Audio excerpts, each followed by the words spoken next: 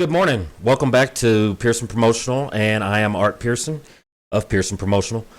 Today I'm going to show you how to use Gigapixel AI to enlarge and increase the resolution and quality, or just the size of an image. And I'm going to use a couple of images I already have prepared. There are 5 images, but I wanted to show you, this is a book that I created for Black Myth Wukong. It's a game I play, and they have low resolution images online, but I wanted the journals and the mythology from the game, but I wanted it in a readable format, and so I took the images and the concept art off of the internet and screenshots.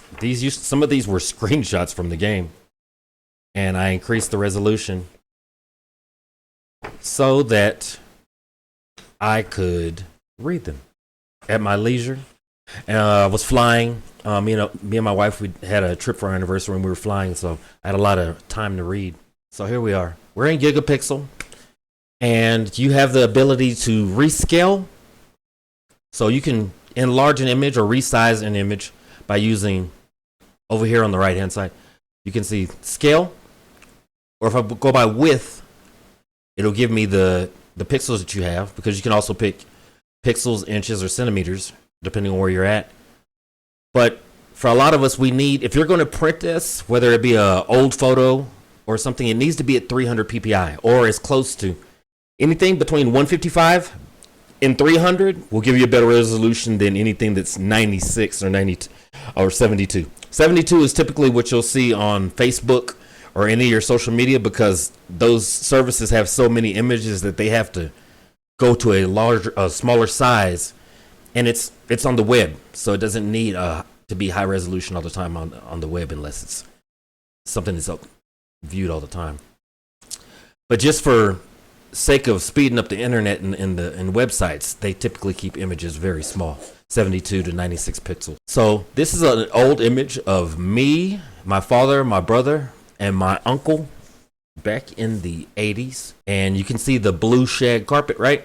And so I'm going to apply high fidelity. Did it already upload?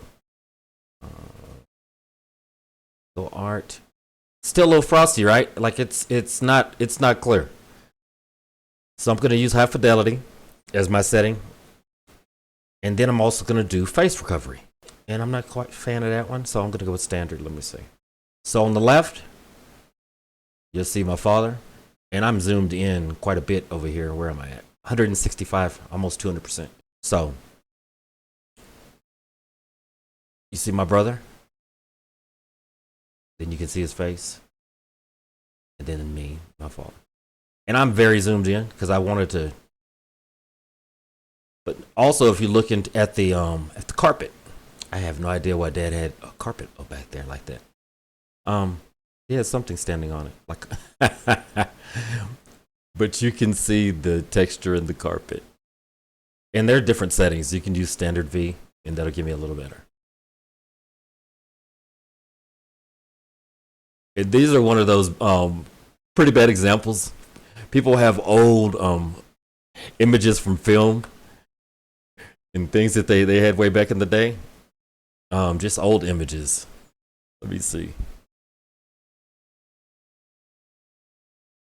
And so to export, if I was happy with the settings, I typically have been using, I've been letting it do its own auto settings right here. And so I have the ability to sharpen an image or remove noise, and even fixing compression, right? And then it'll recalculate. My computer's very fast with that calculation. Right here where my mouse is, you see hovering. This is typically where you'll see the calculating going, and depending on how your computer is, it will go faster or slow. But so once again, little bitty me, and this isn't even at 100% yet. So that would be 100%.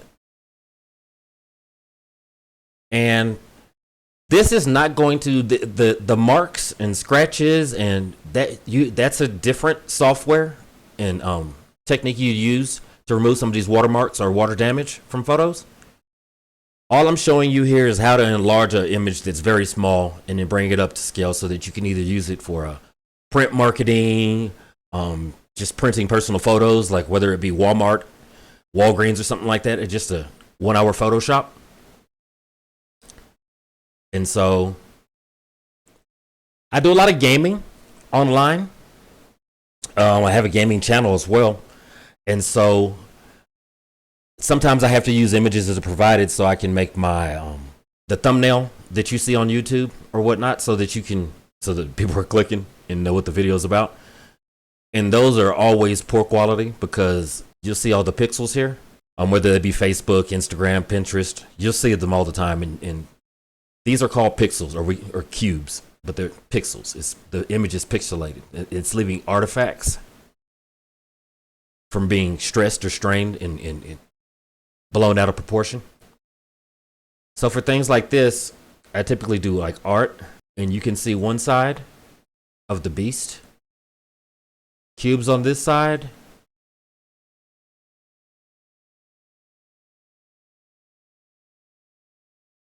and it can clean up the fur. The man's hair, then you can see the man's hair. You can also do high fidelity on this one.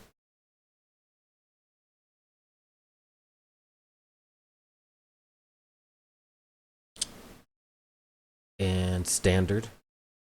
And you can just play around with the settings. The app's really easy and intuitive to use.